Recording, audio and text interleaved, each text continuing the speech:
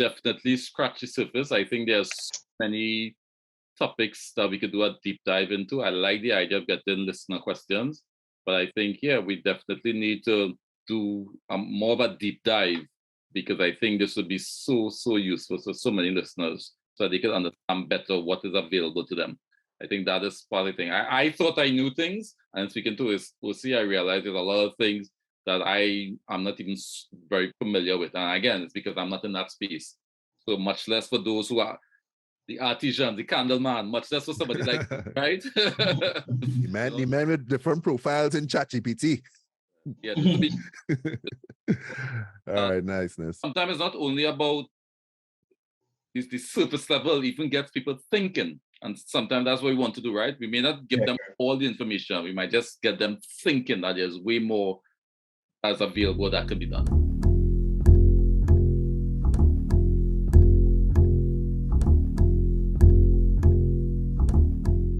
Podcast world, welcome to another episode of The Value, the language of business for those of you looking to build and invest in companies that are scalable and highly valuable.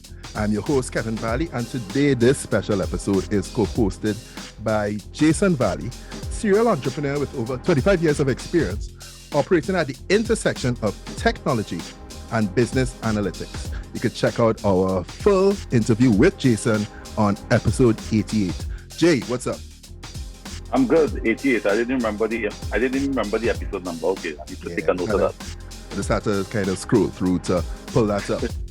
So our guest today, we're talking about digital transformation. So we had to tap none other than Mr. Ocey Phillips, who's a digital transformation consultant who specializes in helping companies stay relevant and connected to the needs of customers in this evolving world, facilitated by technological advancement. Now, Ocey says he doesn't just opine, he speaks data. He sees customer needs before companies, and he helps them grow revenue by matching the perceived value of a business offering with the search for a solution to a consumer's problem. With over 10 years of success and failures in the digital technology, ICT, and telecom space, his experience, certifications, and yes, a lot of certifications. Ocey, you did over 40 courses, maybe 2 in the last few years. Anyway, we'll get to that. So these experience and certifications make him an asset to companies do digital and technology the right way and avoid suffering from what he phrases digital Darwinism. Ocey, how you doing, bro? I'm good. All right. The very first thing we need you to do is define digital Darwinism. Just kind of wet us up with that one. Yes, sir. It have multiple definitions for it, but the one that I kind of gravitate to is digital Darwinism is when your customers they learn digital, or they get more digital savvy, and they are more innovative than you're offering towards them. So people talk about Gen Zs and other generation types. We're talking about other customers who just want to sit down and probably order something from a cell phone, but yet you're not even offering online delivery, right? So your customers has been transcended your type of offering. You only offering walk-in services, but you have no on-demand models or no marketplace models or no digital models that would reach your needs of customers. And then that dives deeper into losing market share and share of customers. Customers want to buy, and if they can't get to you, then they will just go to your competitor and buy. So Darwinism is really customers really getting more innovative than you're offering towards them. Yeah. From what I understand about Darwin is very much speaks about survival of the fittest, So I guess from what you're describing there is like survival of the fittest in this digital economy is adapt or die sort of thing, right? Correct. Nice. Ocey, so Jason and I spent some time looking you up and everything, looking at your experience. We see that you cover a wide variety of industries or what have you. But when we look back, the furthest we see is July 2016, when you would have started Inify and all of your digital transformation consulting efforts. Yeah. So on this show, we like to know, the origin. We like to know what it is that, that really took a young Ocey to be in the technological expert that you are right now. Well, So I was always into telecom.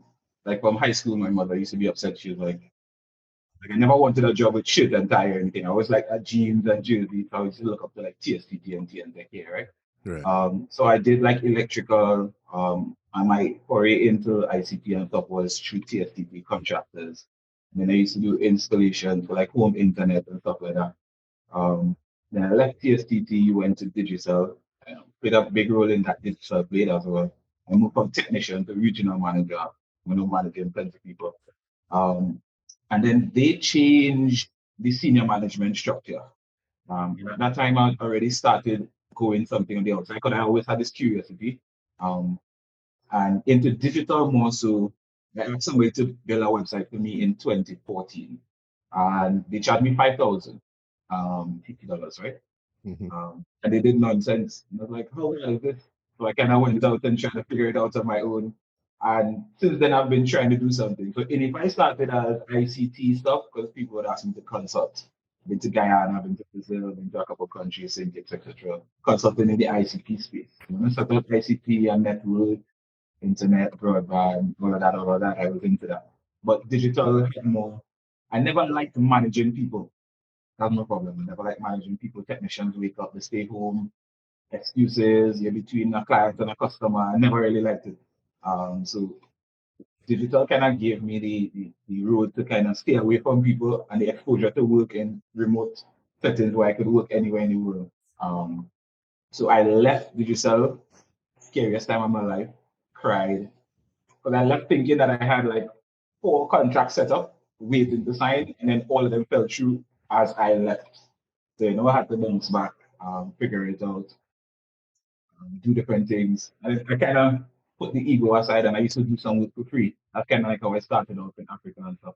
I realized, hey, I wanted to go there. I didn't have the certifications or a degree in that space. All right, I will feel for free for 4 to 6 months and then we negotiate a contract, jump in and then get paid. At that point in time, you can't tell me that I don't have the experience, etc. And I know most of the business at that point in time.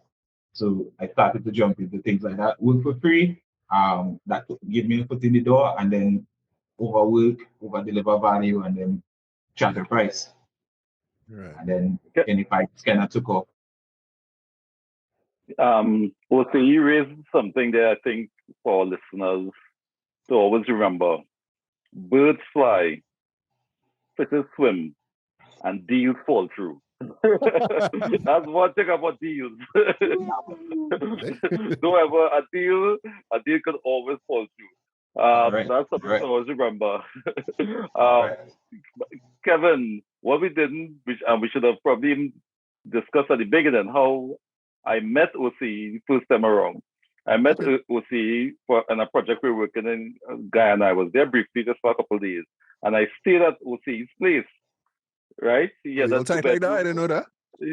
No, well, this is Guyana, so I mean it was a small project, so we just listen, cutting course, he was there based there, running some operations and went across just to meet with them and so on. Right. And we went, I think one evening we went out, we hung out a little bit, I came in and I knocked out Ocey, he was still out. And I locked up. I don't see he couldn't get in. And Ocey was fogging the window trying to get me up. I was so sound asleep. Jason is your trouble boy. So very interesting time, So this is how we met. Okay. But all right, so just kind of going back into your frustrations while working at Digital at that managerial level, Ocey. You said that you really did not like the people management aspect of it. You find it was maybe too administrative, too manual, right? But how did you go about finding digital ways or technological ways to get around that? So I think some part of me innately is a problem solver. So I kind of got pushed into management because I was a really good technician. So I went to work this week and was top technician for a while in terms of records and data. And then from next week, they're like, all right, cool. Since you're the best technician, we're going to give you 45 new people to manage. 45 new people from scratch. Nightmares. So then, human resources, etc. take off ego hat. I had to go back to school and do some supervisory management courses, some management courses. And then of course, good old Google, all right, how do you manage people here? How do you manage people there? And then I kind of had to feel out different personalities, piece together different teams, clashes, personality clashes. So most of it was just trial and error. And I had to kind of just do it real quickly because I just also wanted to not be the one that was failing at being a manager. So that kind of led me to just saying, all right, cool. How do we do this? How do we do team meetings? How do I disseminate information? Something simple as like a WhatsApp group. A lot of people didn't have that. And I went further as to kind of public praise to people who doing well and address issues kind of one-on-one and not in front of everybody. So it was hard to deal with that type of personality. And it was also hard to deal with managing people who were older than me because I was around 26, 27 at that time. And you're managing people who in their 40s, 50s, who probably in the space younger than you. And then all those kind of things kind of pulled me away from the front light, and I just kind of step back and kind of figure out how do I do this? And it was just pulling pieces of context from stuff online, because of course nobody would have videos out for this specific case. So not even just WhatsApp solutions, but I had emails, I had basically what Jason was speaking about in terms of like a list, but not a CRM, taking on people's birthdays so you remember, building team spirit, doing something for somebody's birthday, like, doing them kind of things. And then along with pushing authority down, I never like to micromanage. So everybody felt like, hey, I am good enough to do this. I show them where they fit in the chain, how valuable they are. This is what you have to do to reach the next level. So I gave them that kind of empowerment along with the kind of technology. And then for literally like about 3-4 years, I had the top running team in itself. Even after I left, my team was still one of the top running teams. Okay. Yeah, and it's good that you give everybody that level of autonomy, coupled with a framework for them to go ahead and achieve their own personal success.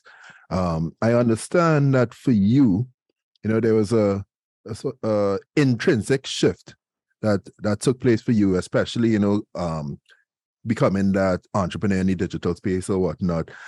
You read this book called Disrupt You by Jay Summit, which is a book that speaks about personal transformation, seizing opportunity, and thriving in the era of innovation. Can you just speak on that a little bit and how that impacted you, and what was your mindset before reading that book and the mindset that you now adopt, or at least you adopted immediately after reading the book, and how has it evolved since then? So I discovered that book. I used to be real hooked on a podcast called Impact Theory. Jay, Tom Bellew. Tom, right? I was real hooked on it, right? And then a couple episodes that still stood out to me, right? But what I liked about Jay, and that forced me to buy the book, in his interview with Tom, he spoke about him doing some stuff with Sony and stuff. And it's really out of the box thing. He also spoke about traveling, not having money to do so. Just lost a huge deal, which I almost just lost deals also. And he spoke about how he discovered kiosks and stuff in airports and how he moved, right? And one thing was underlying is he always just saw a problem, and he also spoke about which was another problem I was facing money wise, cash flow wise, revenue wise. He spoke about there's always somebody somewhere that wants what you have, whether it's access, whether it's network, whether it's a skill or something, right? And I was already trying to break into the market in India, trying to outsource projects, because I realized cost of development here is high, but I also know there's a language gap, there's a time zone gap, and there's a understanding gap, right? So you could get somebody in India to for 5 rupees or how much of which is like minimum wage over there for a day. You could get a project manager. But with inflation now, they are at 20, 25, right? You could get those people there at that stage, or you can also get somebody to pay for a product. Get somebody to pay for a product down here, higher cost, and then you could outsource it to them and make money, right? So they also wanted projects because the Indian market is saturated. They wanted access to the Caribbean, which I had access. And somebody had to fund it. Somebody has money, right? And Jason spoke about something called OPM, other people's money. So I took those 3 things.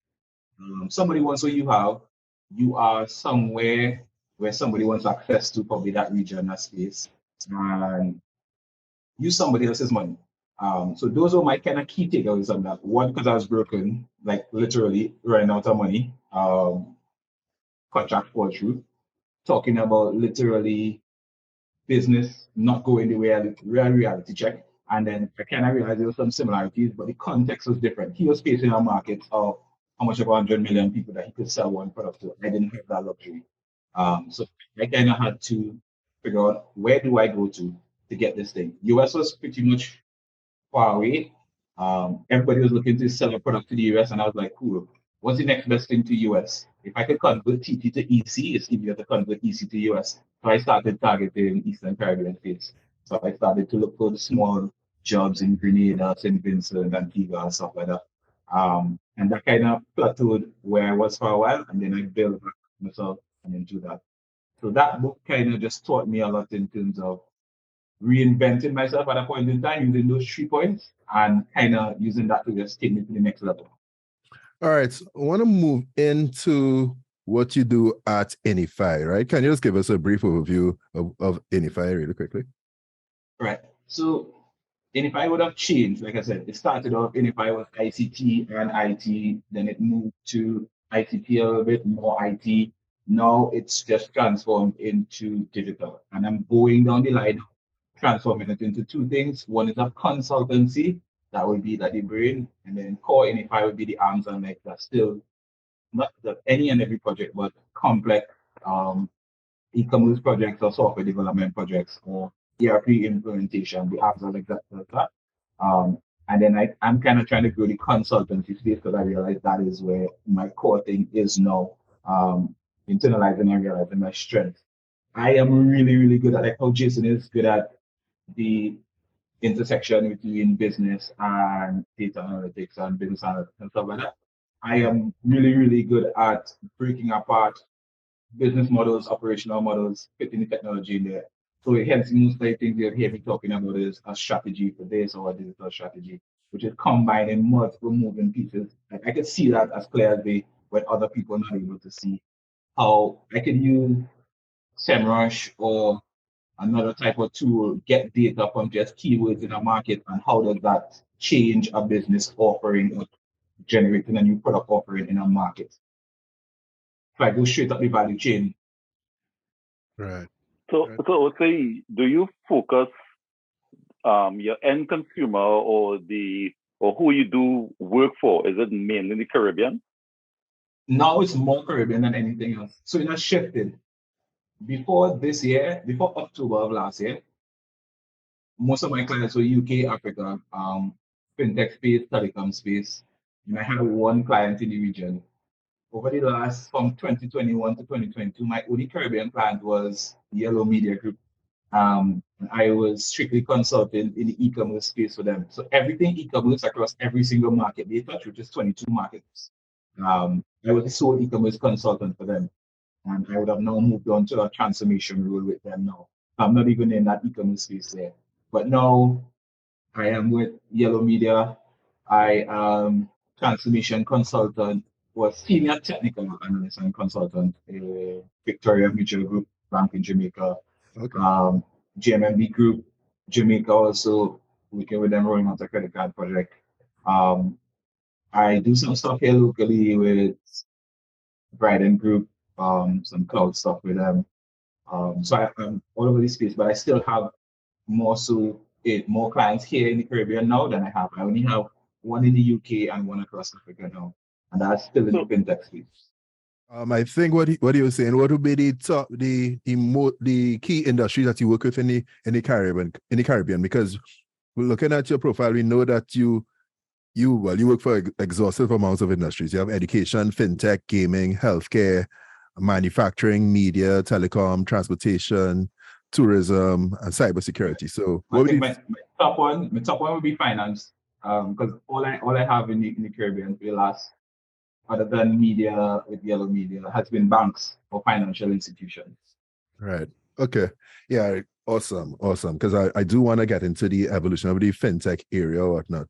So you say mainly financial services sector. So within that sector, and I guess we could get into your digital business model as well. But within that sector, what would you say are some of the key challenges that business owners and operators in that space, especially in the Caribbean, have been facing over the past few years? And how you say that's changing over time? I think the key challenge is senior management or C-level people not knowing what they don't know. A lot of them think they know what they don't know, and they approach this new business. They still approach transformation from like a project implementation standpoint. So I've been on projects where when I walk in and I see an assessment being done or already done by a major institution, and they just take it and run with it. So they don't look at it as getting a second opinion or measuring twice and cut once, as some people just say. They just take some things and run with it. And then when they're too late into it, then they kind of realize we've already spent hundreds of thousands or millions on this. It's too late to change. And that kind of feeds into the high rate of failure for transformations across the world. And that's because a lot of people, you can't hit a target that you don't know. You can't hit a target that you can't see. A lot of people, you don't know what your digital business should look like or a hybrid. So are you a bank now? All right, as a bank now, you have 20 or 15 locations, people walk in. You could put down what's economic rent for that. You could put overheads, how much loans you have to meet for quota to cover overheads. You could have a manager for your all your department or your real estate manager, yeah, all of that, right? Now, when it comes to you turning from an actual bank to a neobank, right? What does that model look like? Because you then look at, you don't have no overheads, you're a fully digital bank.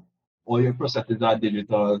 Everything from KYC has to move from traditional KYC to somebody bringing in a job letter and a physical payslip to eKYC, which is electronic or dynamic KYC, which is different, right? Mm-hmm.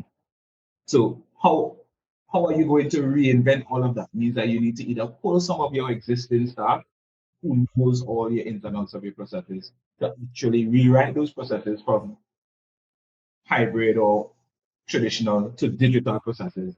And they probably find that's too much of a capex cost to inject to do that.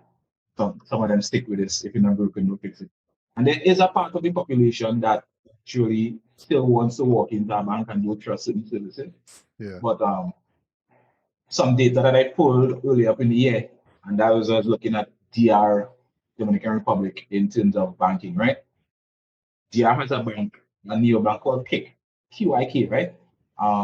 And in 3 months, they got their target was 30,000 subscribers for a credit card. In 3 months, they were at 65,000 people subscribing for a credit card between the ages of 18 and 32, right? But they were targeting that demographic. No physical location, zero physical location. I'm talking about you are signing up for a credit card on your phone, just like you're opening a Facebook account. I'm talking about real connection to just everything, your Gmail, everything, and they would have worked for compliance, digital compliance, all those things. 65,000, right? And their benchmark was 30,000 in the first year. So they got 65,000, I think, in 3 months, right? Over them. And they then moved everything, right? And they move from, all right, cool. A part of their market research is what type of card you have. So you have an infoless card where nobody can physically keep your card and skim it. You have a card. It doesn't have your name, your expiry date, and your number. That is sent to you digitally. So you have that digitally in a wallet. And then you can then add that.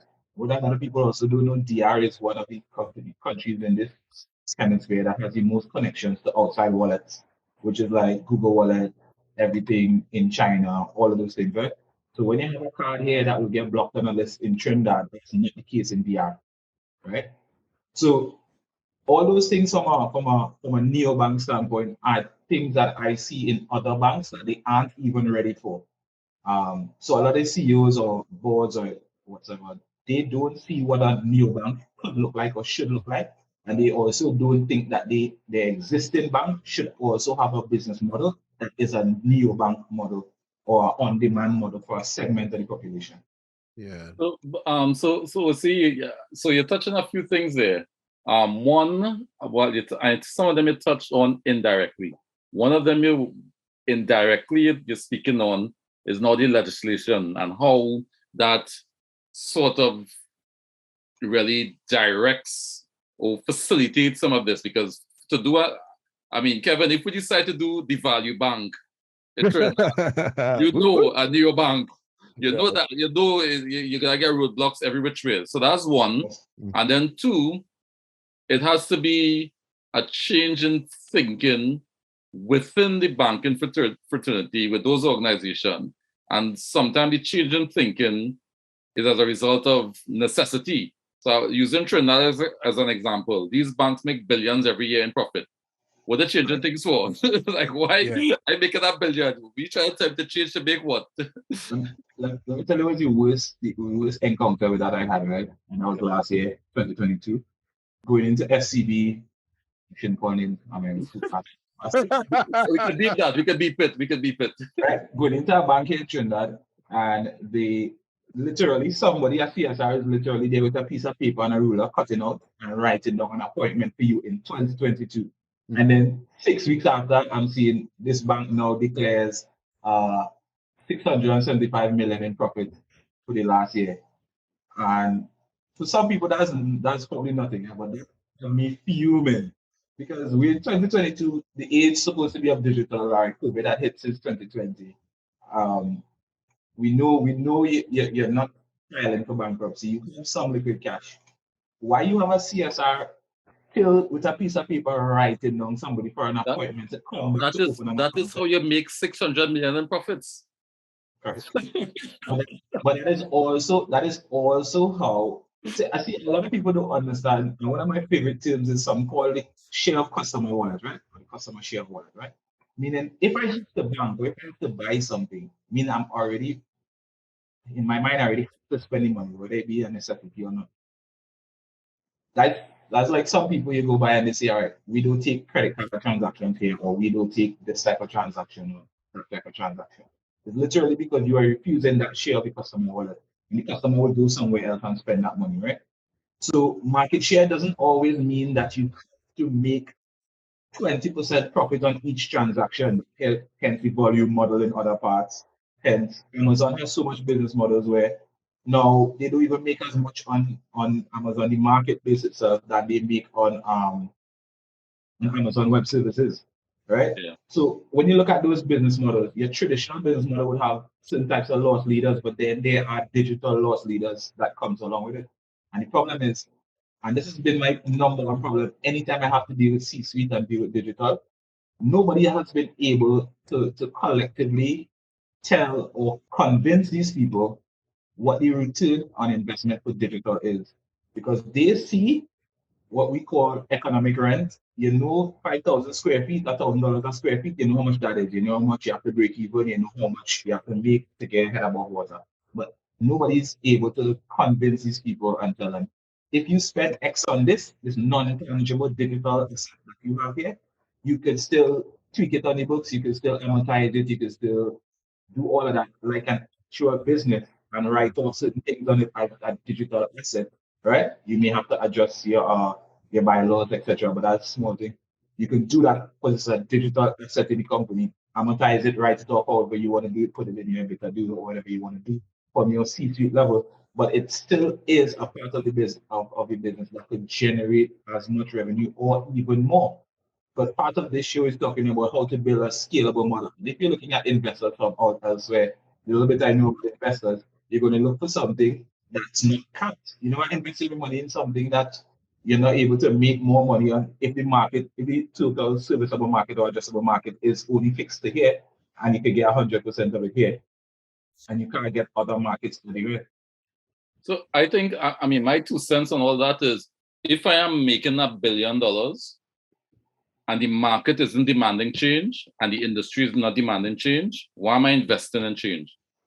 If I can make $1 billion a year and the status quo, the customers, they're cool, they're okay with it, I have no serious competition. So for example, I think if Trinidad opened up the neobanks and you had neobanks coming in, let's say from outside of Trinidad, then that would be a game changer. Because if you have neobanks and all of a sudden everybody under 30 decide they're switching to these online banks and these banks here run, I think you would see a change. Until then, I think they're hard pressed to do anything differently. I mean, we had one bank the other day, again, another one that makes $1 billion in profit. Whole app and service really wasn't working. It was a mess for weeks or months. People couldn't log in and that sort of thing. And what happened after? Nothing. It just worked. So I think People didn't leave in mass. They didn't make less profits or anything. They still made $1 billion that year, and life goes on. I think it's two things. I think the reason those two things not happening is because of two things. And that two things lie in the intersection of lack of data and risk, which feeds into each other. Mm-hmm. All right.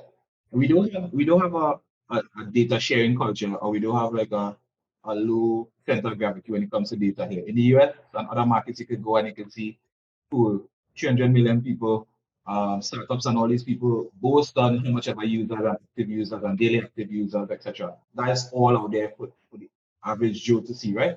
Here, if you have banks here and you have an actual, so I can pull data, but I'm pulling digital data of people who go to certain banks. So I can pull on the digital stuff. I don't have the actual data that says there are 400 customers in this bank, and out of those 400,000 customers, 170,000 are active, right? Some dormant, some level, in the case, right? If that data is out there, then some people tend to see who has the more market share in terms of active users, loans, whether you don't bring it down to a figures type. If that is out there, then you would start to see other businesses or other CEOs of other banks start to do that. And the other part where I talk about risk is using that data, you could use that data to then mitigate risk. You say, all right, cool, for market share, for us to do that, I need to get 20% of that 170,000 active users, right? And that's risk on one side from an operational standpoint. And then you have a risk from the personal standpoint, which I have a real core issue with how businesses run here in the region. Entrepreneur, somebody who wants to solve a problem, starts a business, and then you bring in a manager who doesn't that tills for solving issues like you. That person doesn't have to work to generate the money to spend it the same way like you, so they're approaching it differently. Like marketing teams will just come to work and, all right, cool, you have $100,000 budget, go spend that. You have to work for that budget to know how to spend it really meticulously using data to actually capture who you're supposed to capture. So you then start to do things like brand awareness, etc. But when you have the wrong people in those types of positions who say, all right, cool, I don't need to do any kind of risk. Whether people come and people go, we still have investment funds here on the side. We still have some asset management sides on the here. We still have insurance that covers certain risk here that the business would always generate on that. Right? So I don't need to take adverse risk. I could almost toe the line here and still make 500 million in profit. I cool. Even worse when you incentivize that person to not take risks. When you have that person now saying, hey, if I can make this X amount of profit, 500 million profit, I could probably get 1% of that and I get 5 million in bonus.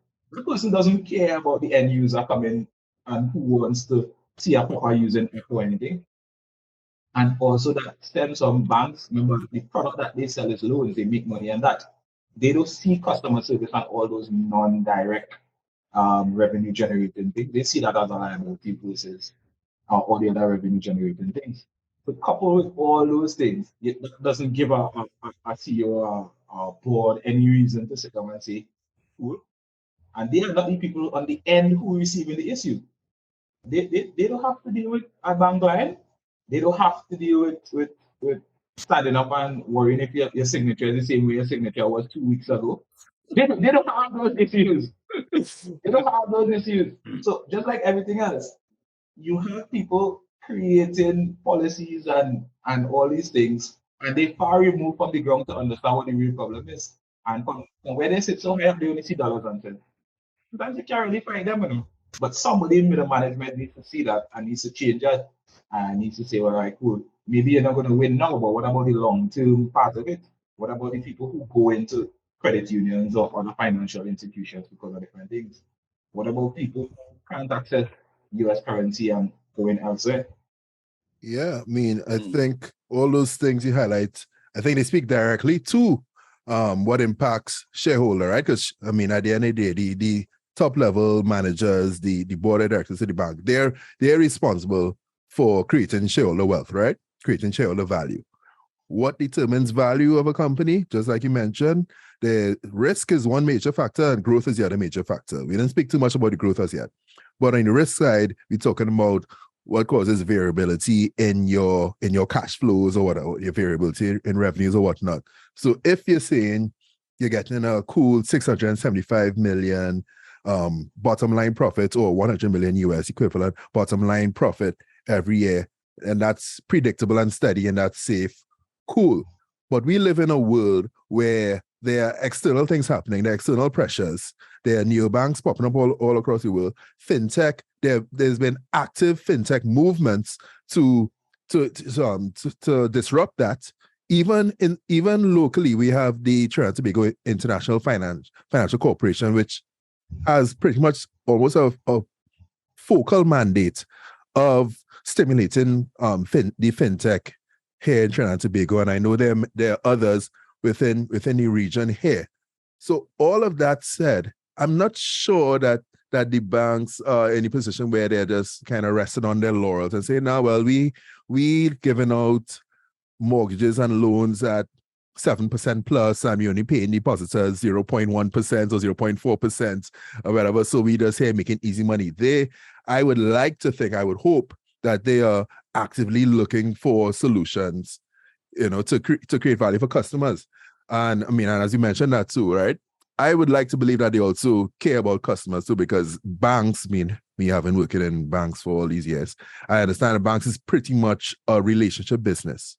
It's about relationships and sales, right? So just like you, Ocey, I think customer needs, customer satisfaction is at the crux of what they're about. There's some. I think in this region, we just abuse and throw around customer satisfaction. I think that's one of the corporate things that, like how like these people throw around mental health and gaslighting and those words. I think people throw around but then to throw around words like customer service and thing here, right? And that is because I think banks are so huge, right? Part of one of the things that I try to do now is a thing called total experience, right? So I move past what's called customer experience, what's called digital customer experience. And there's a thing that I use called total experience, right? And that total experience, so digital customer experience would have been the sum of what the interactions that a customer have with your bank digitally, right? Or not your bank, but your business, whether it's social media, whether it's any kind of digital interaction that you have, right? Total experience I call the sum of both ends of the value chain. Your business model, how you generate value and deliver it to a customer, and then your operational model, which is how you generate value internally and the value chain, right? So total experience, I'm talking about all the technology that you use in-house that even makes your staff, your internal stakeholders' lives easier, the experience that they have when interacting with technology. Because one thing I know, a lot of people tend to put out technology that's good for the consumer, but staff internally hate it and you have a kickback, right? That's a big thing in transformation. So I think when I look at experience, I look at total experience. And whether it's that you're using some information or some technology, and very rarely there is an out-of-the-box solution like a CRM or something that would work. There has to be some kind of customization. Because I keep preaching it, two businesses can be in the exact same industry, two different business models, two different operational models, and they need two different types of technology. And I would use KFC and Royal Castle here. You're looking at different types of value chain, even though they sell almost the exact same product. Royal Castle only implemented delivery in 2020 during the pandemic. KFC has been doing delivery since I was a child, right? Whether it's mandated by a franchise issue or what, you're still seeing a difference in the value chain and how they do things to reach the customer to deliver value. Everything from marketing to marketing campaigns to how they incentivize app usage. Sign up for the app and you get a free whatever deal or whatever box that you get. But all I said is that they would have single-handedly used a figure of $20 or the price of that box to price how much a download would be, or customer acquisition cost would have been squared to that versus customer lifetime value, then they would equate that common mathematics. So it has different types of experiences that you could use. I just feel like some people abuse the word and some people truly live it. Yeah, so just to speak a little bit about customer experience and remind me of what the CEO, the founder of Zappos, who's now passed away, what he had said. He said, we just wanted to start a business that gives a good experience. He didn't care what the business was. Eventually he said, you know what, let's just do shoes. And he just did shoes. But what he did is like, how could we give all our customers not a 5-star, but like a 6-star, 7-star, 8-star experience, where no matter what industry you're in, once you are able to give customers a 6, 7, 8-star experience, you can have a successful business, you know. And Right. and that's where you know what they want with. I think a lot of businesses need to start focusing on how do I give my customers an experience that is not even par for the course. You know, it shouldn't just be okay. So, for example, I go into a bank, I go to make a payment or do a deposit. If that bank has some coffee, the officer at the door is very pleasant. He opened the door for me. He says good morning. You know, the line is short. You know, things like that. Just things that we take for granted, because most banks, most banks, no bank in Trinidad has washroom facilities. There's barely any water. You know, most of them don't have. I have security is watch you, look at your hard. Watching your never thought about that washroom. I've never thought about that washroom. Yeah, because when you have somebody who's 70, 75 going to the bank, and if they need to use a washroom, that doesn't exist. And you know, when you go to a bank, sometimes you see an hour, half an hour. Yeah. So where I said the two things that affect that, and I would always kind of die on the hill of digital and technology. One is people aren't able to quantify what customer experience or a return on customer experience, not even a return on investment. People have not been able to quantify a return on customer experience. When you look at the breakdown of a forecast for a business, you're forecasting all your sales and all your products. There's not a forecast on customer experience and the value or the actual dollar value that brings. Yeah, and it's not in the balance sheet. Right? It's not in the balance sheet, it's not on a P&L, it's not in EBITDA, it's not in anything. With the advent of technology, you can now bring that as close to as a dollar value as possible. One, right? And two, people have not been able to even measure, manage, or improve it because they have seen it as such an intangible, right? So when you say the same experience as somebody smile at your security face, not like that, right? When you move that to a digital business model, to an e-commerce business model, somebody wants the same things done, whether they're interacting with your website 2 a.m. in the morning, 2 o'clock in the afternoon. They want to talk to you just and ask the same questions or similar questions and get those answers 2 o'clock in the morning. The difference is somebody may like human interaction, but then you have somebody who really introverted like me. I don't really like to talk to somebody when I do the transaction. But I also want my questions answered that hour in the morning before I make a purchase. I don't need to interact with a human, but what I need is information on your product. Because remember, people buy where perceived value exceeds price. Where is that information that is going to carry my perception past the value of price to buy your product 2 a.m. in the morning if you do not have that information? How do you get that information? Market research and data. You have to constantly be proactive, looking at the questions that people are asking in your industry, benchmarking. You are looking at what your competitor is doing well. Go and see the content that they put out content like that, rival, that. Then there's a whole strategy around things that you can do on every single touch point for every single channel, whether it's TikTok, whether it's Facebook, whether it's email marketing, whether it's YouTube, and all those types of things. You have to also communicate that information in different types because people learn differently. So if I have a question and at 2 a.m., but I also just don't want to read, I want to hear it in audio, you should provide that information to me in audio and also video and also written if I'm a person that like to read. And those types of things granular as you have to get there, you have to reach every single person where they. You can't assume that a customer is supposed to come to you and say, well, all right, cool. Then the value then decreases, and the person will say, all right, cool, I'm getting all that information on Amazon. Let me wait 2 weeks, because 2 weeks price versus information, or price and information versus value. I can wait 2 weeks. I'm a Skybox is working real quickly now. So I wait the 2 weeks and I'm not buying from you. I'm money go on and direct to somebody else. Yeah, sorry to cut you there, but when I listen to everything you guys are saying and we speak, we kind of go back. We go to discussing neobanks, and we also talk about the concept of e-commerce. Now, last weekend I was sick, so I had some downtime, and I had some time to go through this introduction to financial technology course on Corporate Finance Institute, and they spoke about the evolution of fintech over the past couple decades. And when I was surprised, but also made sense when they told me that e-commerce and online payments is something that's been around since like the late 1990s / early 2000s. And even around that time, they said that mobile banking, mobile and online banking was created. And I actually remember working in Royal Bank, let's say about 2005 or so, when we were announcing NetBank. You know, and it was a big campaign and everything, and I think we had a internal competition of whoever really signs up most people. NetBank wins $25,000, and TJ won, big up TJ, and all of these things, right?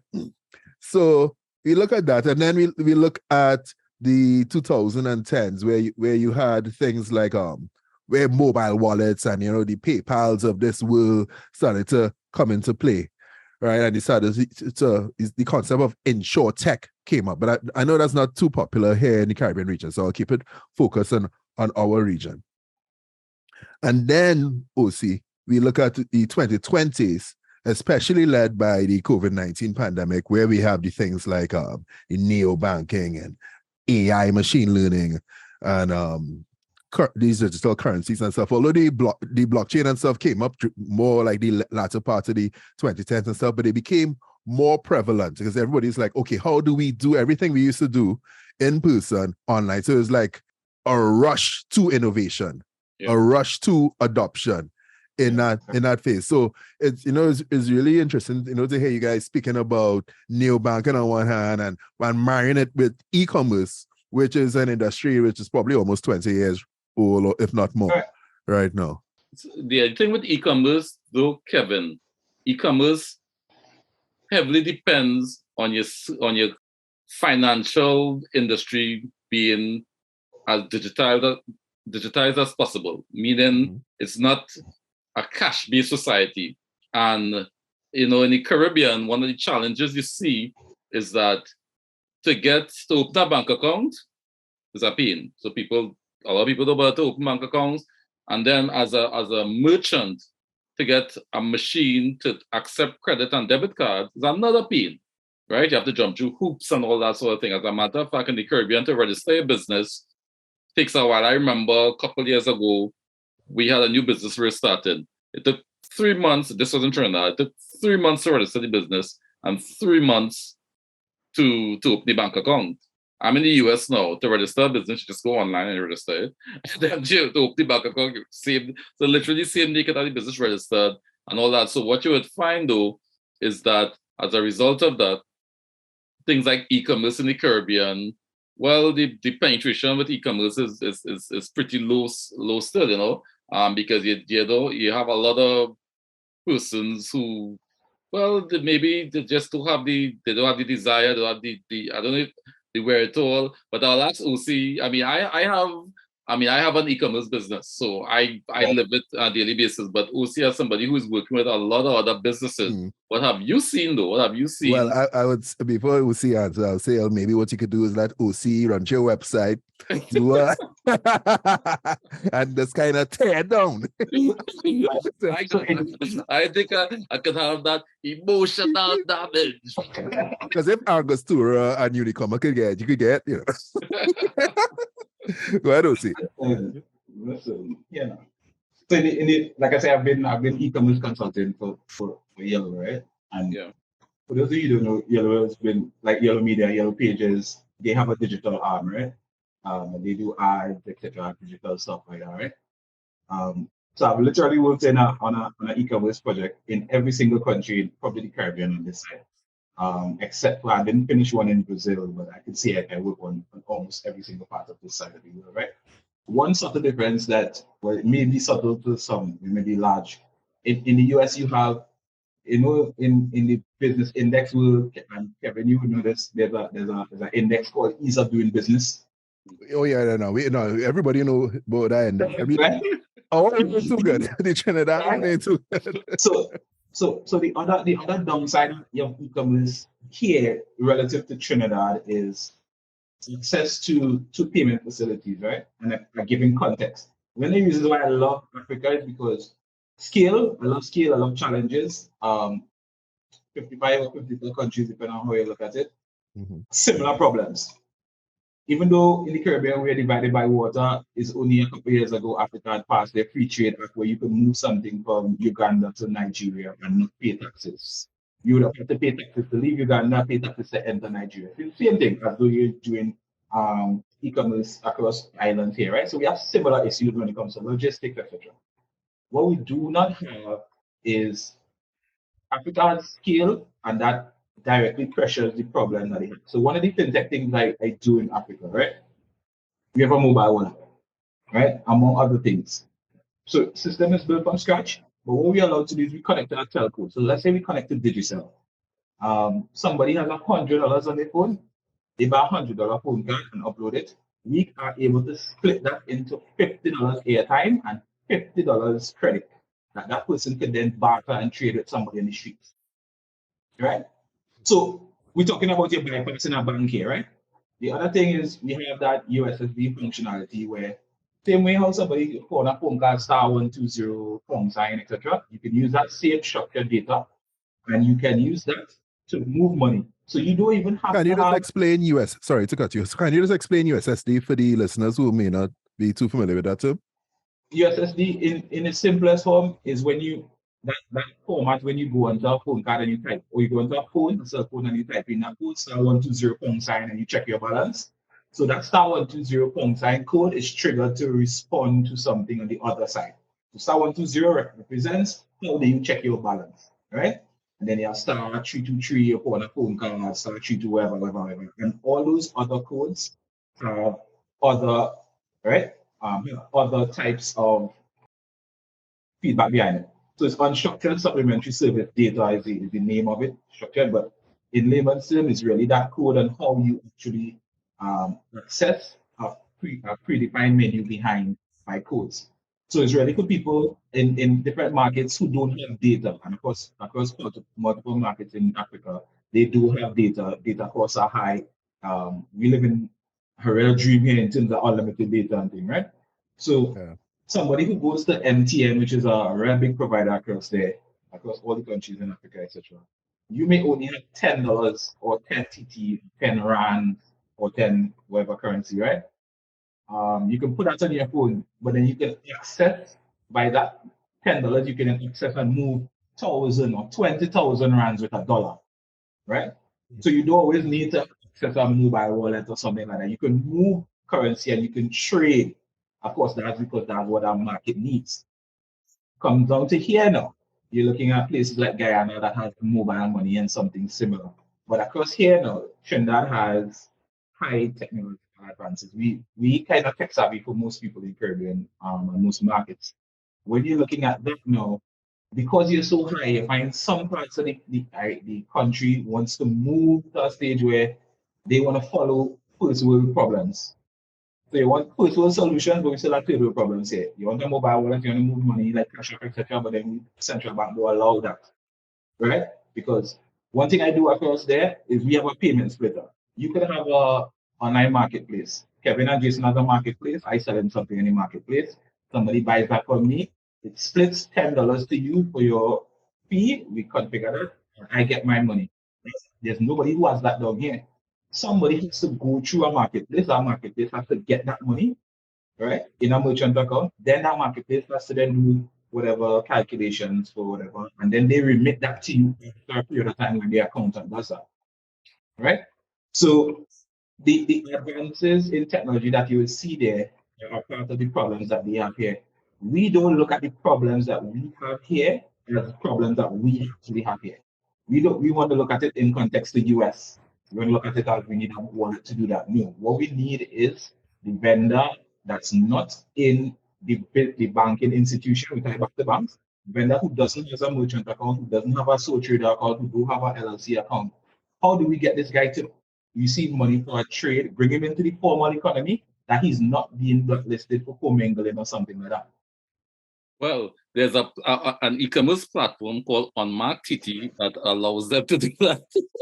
It's just my platform. Just my platform. Now, I mean, and so I would tell you a little bit about why we did our platform. I kind of answered your question a little bit, Ocey. So how we looked at our platform, yes, it's a marketplace, but it's almost as though, for lack of a better term, it's, I mean, and most marketings are like this. It's like a store where all the vendors have items on the shelves, right? And for example, so if I have, let's say, a supermarket, I might have 100 different vendors providing me with items. And when the items are sold, if they give me 30 days credit or whatever, I then pay them. I remit funds to them, whether to their bank account or whatever, right? They don't necessarily need to have or I can pay them with a check or cash. They don't necessarily need to have a business bank account. They don't need to have a credit card machine. Because you're looking at the size of a business. If you have a small vendor who's selling something on your platform, can't wait 30 days to be remitted. Oh no, sorry. So I would, in our case, we pay weekly. We pay weekly, right? To try to facilitate the vendors. So we pay on a weekly basis. So on a marketplace level, then your whoever covers your compliance, and I'm sure because you're running that out of the US here, right? Yeah. Right. So then that mitigates, because the different rules from here, a lot of marketplaces face that here, where based on your merchant account, you have a merchant account with a bank here, or with Visa or whoever you're using to settle, right? Process your payments. One of the issues that they had a couple of years ago is one merchant. Let's just say Kevin Valley opens kevinvalley.com marketplace. Kevin Valley has one merchant account, right? AML and all those laws say that you can't receive a payment to somebody on behalf of somebody and then remit it to them.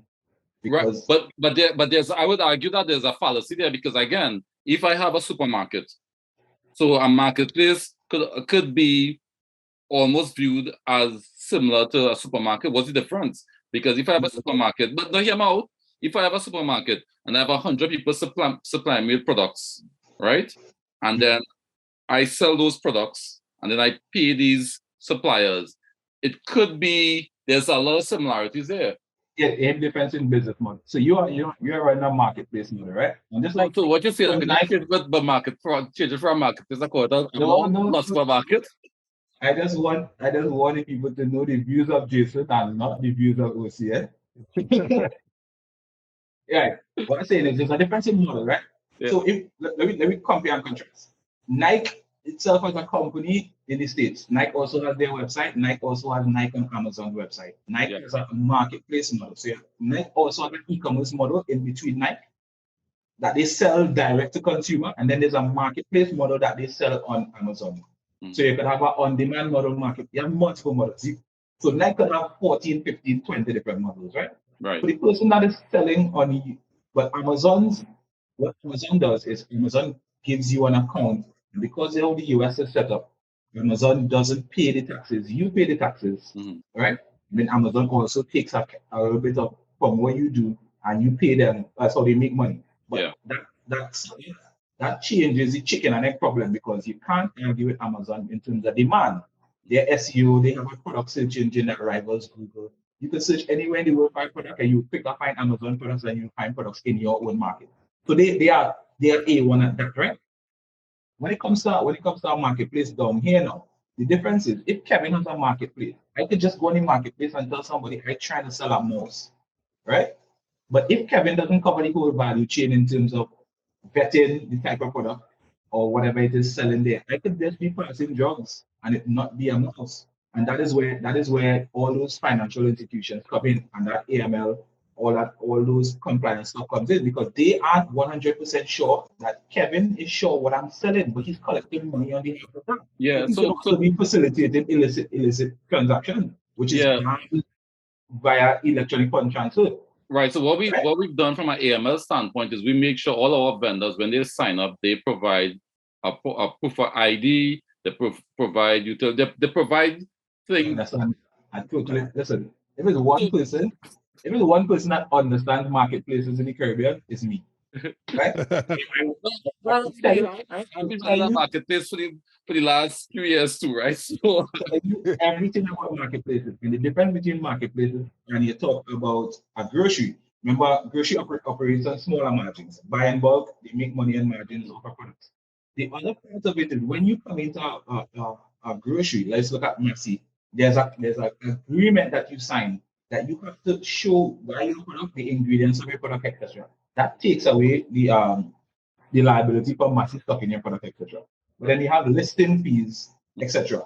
So what a marketplace does, a marketplace is a proxy. You between the chicken and egg, demand and supply. This person has a product, you either provide the demand or you provide something that they do have, which is the logistics for the fulfillment, etc. Right? You solve that issue for that person. But then you receive money on behalf of that person.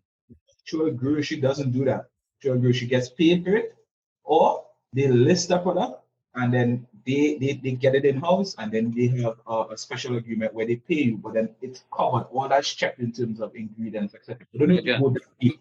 Don't call it a marketplace. Call it a grocery. You could call it whatever. I don't know.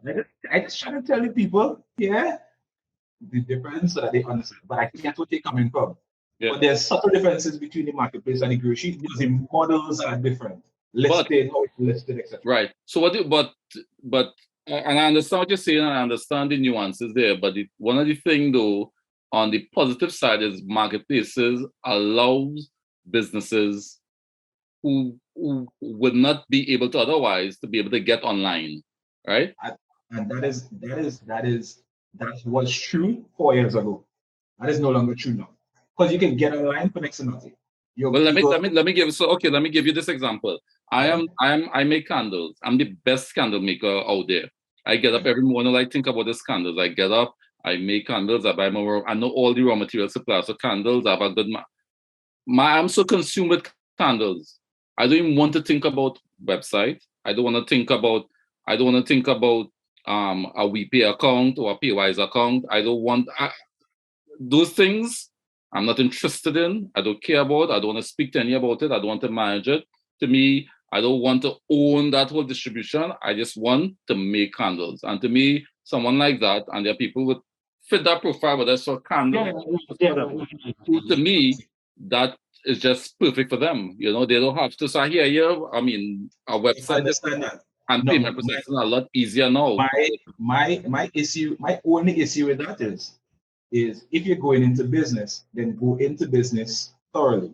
I'm not saying don't understand all of it. You need to understand all parts of your business before you do that. Because a marketplace should not be your only model. You understand what I'm saying? Or for online, you mean? As a business owner, and we tie it back to the context of what this entire podcast is, building reliable, scalable businesses that you can scale. You don't need to leave to scale, but a marketplace, because you as a consumer are at the mercy of the business model of that marketplace. And that's why when I see over 35 business marketplaces here in Trinidad, I can break apart their business models and tell you who is premium, who is listing, who's using the same white label solution in terms of technology. I can tell you all of that. And I can tell you some who are actually people have to pay to be listed. What is the value add that you're getting at when you're paying to be listed? Because a lot of people, they don't know what they're doing in that space. They say it's a marketplace, I'm going to pay this money and for a product, but you're at the mercy because you don't know how that person markets, you don't know the strategies that comes with it. Yeah. You don't know what they are doing to drive traffic towards you and if it's even sensible to do that from a return on investment for that, right? So from a business, I'm not saying don't go on a marketplace. I'm saying it's not like you say don't go on a marketplace. No. I said this for years, and Kevin can say, I'm just saying research your models, understand where you are, but Just like anything, what people say, don't put all the eggs in one basket, but you have to understand what to do. You're telling me research. All I know about is candles. We're talking about research. I don't know what even to look for in a marketplace. I'm a candle. So that begs a question, and for the business owner who wants to again be scalable and be able to export easily and get their Caribbean candles shipped to New York and the UK or wherever else, right? Is it that it is no longer just enough to understand your business or your passion alone, or is it that, all right, so do they need to go on whether an upscale and try to research and try to become also business savvy, or should they just go get the advice of an Ocey or anybody who understands both the industry and both the finance aspect of it? Like, what would you recommend they do, Ocey? And this is some real harsh, yeah. They say the harsh thing, you know, no listen. Yeah, for the truth. I think some people, you have to also know if you're getting into business. And we have a real facade of what business is and what entrepreneurship is, right? It's grind my gears. I'll be so upset when I look at a panel and somebody who have a day job and hustling on the side or something, contracting around Christmas time, coming to tell people about entrepreneurship. You should not be telling people who live in day to day with no safety net what to do. Sit down. I would agree. I agree with you there. I agree. Yeah, but of course, people don't like to hear some parts of the truth or if it ruffles the feathers, right? The other side of it is, to answer your question, people are so fortunate right now that there is this thing that's called ChatGPT that is free, right? So as a business owner, as a thriving business owner, as an aspiring business owner, you could just have a Gmail account which is free. You all you need to have is internet phone. You have a free Gmail, you log into ChatGPT, right? What you need to do is go onto YouTube, which is free, also with your Gmail, and you just learn what's called prompt engineering. It will take you some time. Everybody will learn in different concepts. Once you understand prompt engineering, and prompt engineering is a fancy term for just being able to articulate what you want ChatGPT to do, right? Once you get into that space and you tell ChatGPT what you're doing, it then spits out the information and you can get as granular as possible. If you don't like the information, it could change the context, it could change the tone, it could change it, it could tell it break it down in a slide, it could tell it break it down in, and you could just export that in a Google Sheet and you're fine. You don't need money to do research, right? What happens is, I think we glorify entrepreneurship and we see the cars and all this kind of thing, and people think, I just want to run and do that, but without doing the homework. Business isn't easy. No business is easy.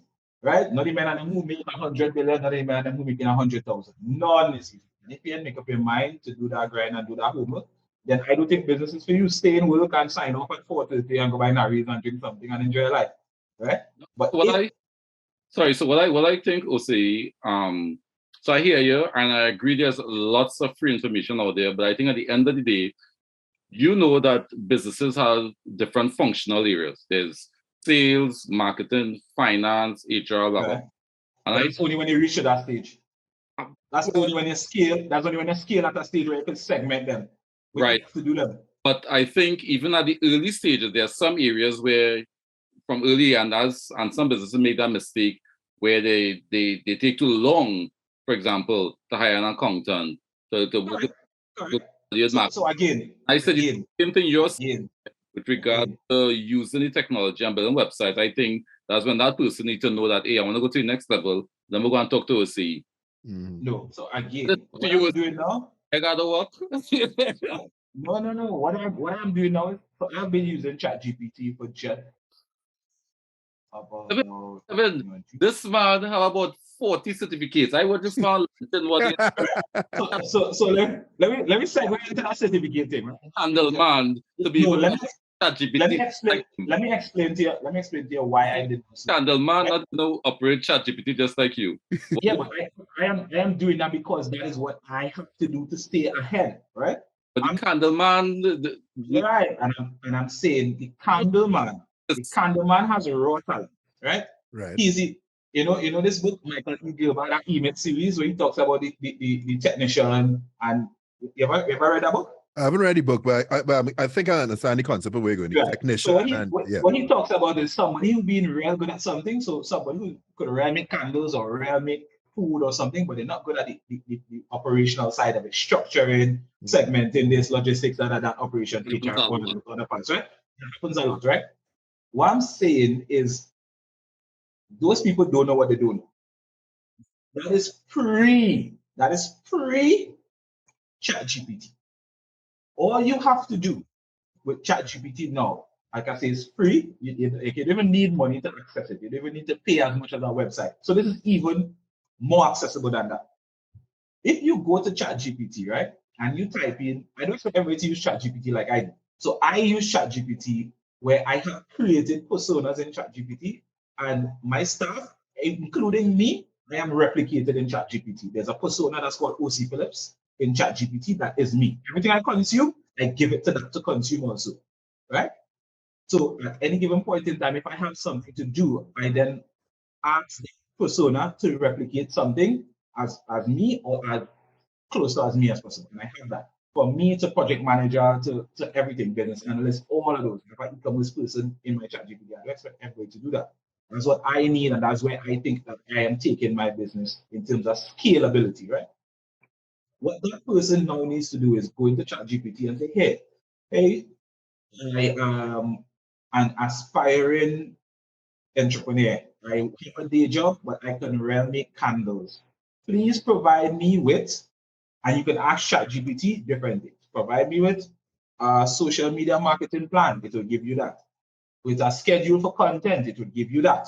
For a business model, it would give you that.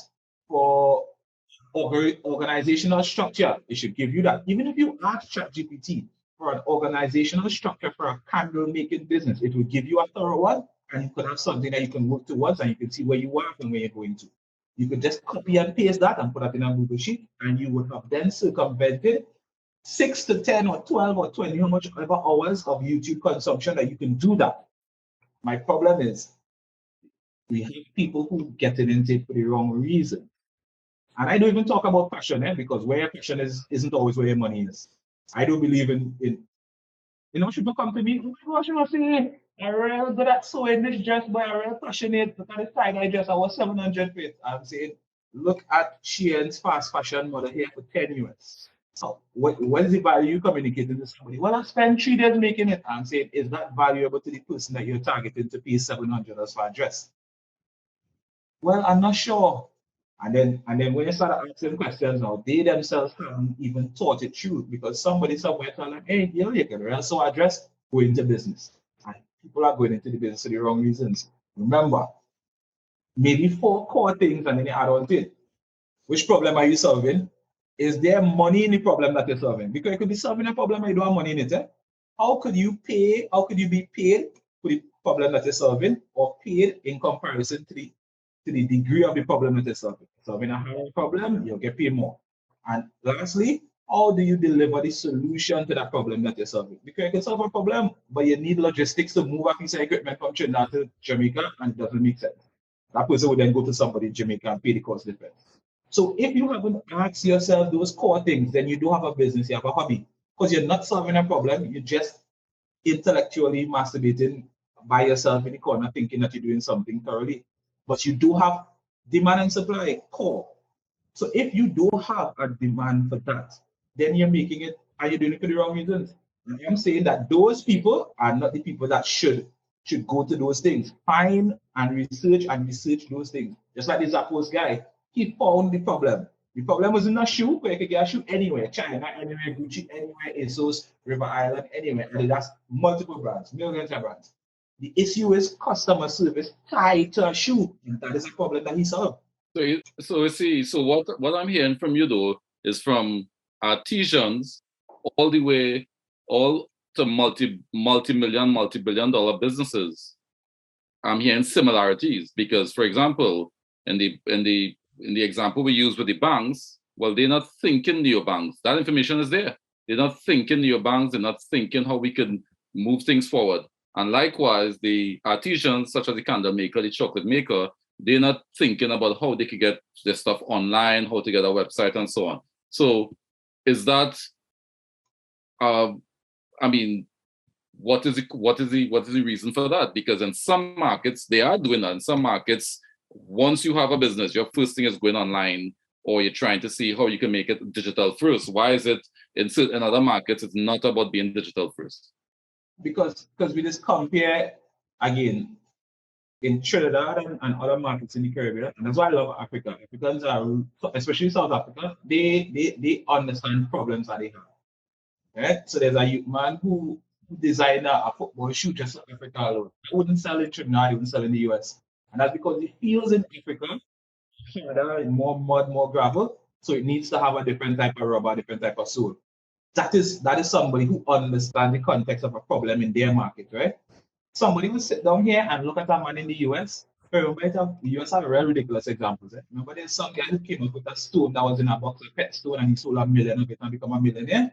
That's because in the US, you have 300 and something million people, 200 million plus people in the middle class that could buy a product. Your size of market, if you sell them one thing for $1, you're a millionaire. We don't have that here, right? And that comes from basic research and understanding. People also understand that in the US, trends are highs and lows. So if you have something now that riding a wave, you could sell something now, still go to school, and make money. If people watch Shark Tank and pull the correct things out of it, you need to pull certain pieces out of it, but understand that context and perspective is key. You have a market here of 1.5 million people now, right? 100 and some thousand of those are Spanish speaking. Are you creating a market for that segment, or are you creating a market for another segment? And then what is the other problem here now? So what problem you're solving? You're not solving a problem that says clothing because fast fashion, right? And remember, we have this thing called ego, where we want to create something that's exclusive, right? That's exclusive. And let me give you an example. I sit down on a panel, right, with some people who wanted to buy a building from a bank in South, a real known cheap place in Trinidad, right? People just call it all kind of thing, the quality nonsense. You go in there, blah blah blah, right? And when I saw that business in the pandemic also and pre-pandemic would have declared over $20 million in profit, right? That is what should be taught in school in a principal or business class. Because you have somebody who's sitting down here and we taught the ego things. We want to build things to the top of the pyramid, right? When they talk about top of the pyramid, it means people who buy in something now and then middle of the pyramid and bottom of the pyramid are people who buy, right? A lot of people like to talk about, I want to sell cars and I want to go into real estate and do apartments. Why would you sell a car when your best customer coming back every 5 years to buy a car? Because if I buy a car, 5 years, I don't have a problem, right? But you wouldn't go and buy and sell something that somebody has to come back next week and buy. Because we don't understand cash flow as businesses, right? We wasn't really taught that. I was in a symposium in Africa, right? And the head of Unilever said, all right, cool. How do we get to make soap smaller? Because we realize the size of the soap that they have on the shelf, we need to make it smaller in a small pack. Why? Because they want when a man buy soap now and he wash 2 loads, he come back Wednesday and buy soap again and wash 2 loads. Because they understand that cash flow and size of the market and bottom of the pyramid is who buys a lot. And once you understand business like that, you would take your ego out of it and think, I want to sell one exclusive dress for $700 and wait 3 months to sell that dress. Instead of fast fashion models like Shein and all those who come and say, here's what. And Shein model, beautiful. They don't go to the larger scale, they go to small scale factories. So a factory don't tell them, I'm making 100,000, right? I posted that on LinkedIn recently. A big factory don't tell them, I had to take a minimum order of 100,000 because we don't know if that would sell. So they use data, post things, click. They use data, see how much people come in here, and then they go to a smaller factory, produce a batch, ship it out, fast fashion, real quick. And then they use it small quantities, minimal stock on hand, because stock is sitting down in a warehouse and no business like that. And once we understand business, now understand the average person do have that knowledge to do that. Hence, I say you have to now have multiple business models. Your own business model, traditional delivery where you deliver it or people in your area want to buy. On-demand business model, which is a model that you may use from an on-demand person. You may be able to sign up with a logistics provider to do that, and somebody could order something this morning and get now a marketplace model where they come on your marketplace or different marketplace and sell. I'm not too sure the model of your marketplace. For your marketplaces like you, other marketplaces here, and then you have like carrot shopper who would move their product from here to a different market, and then you have e-commerce and you have multiple models, and that is how you do that as a business. That's how you scale. Because business is same thing. Either you sell the same thing to new people, you have existing customers, you sell things to that, you sell the same product to new customers, or you have new customers, you have a new product and you sell it to existing customers. Buy low, sell high. Yeah. Business core at its core is almost always the same thing. But all those things are underlying with a demand and a supply, basic economics. Yeah, no, definitely. I mean, we talk about different types of examples, right? Where you mentioned the cheap store that had so many customers that it made $20 million in profit, right? So you could sell a cheap thing to many people and you make money, and you could also sell expensive thing to a few people and also make the same amount of money. But I think the ideal spot to be in is where you could sell something relatively expensive to a lot of people. So I know Apple, something like that, right? Now, just going back to like core business principles, right? Because from everything up until that Unilever example where we shrinking the size of the soap, Ocey, every example you spoke about before seemed like it was focusing on customer satisfaction, right? It's really like customer derived and really, maintaining returning customers and everything because of that happy experience or that solving that problem that they had or whatnot. Now, I read somewhere, I wish I could find it. I was trying to find it just now, even during the discussion just now. But that there are three core principles that of a successful business, right? Three different avenues that a business could focus on. Now, it may do a mix of all three, but it's focusing on one. One is product innovation. Two is operational excellence. And three is customer satisfaction. Now, so you think about product innovation, you think about Apple, right?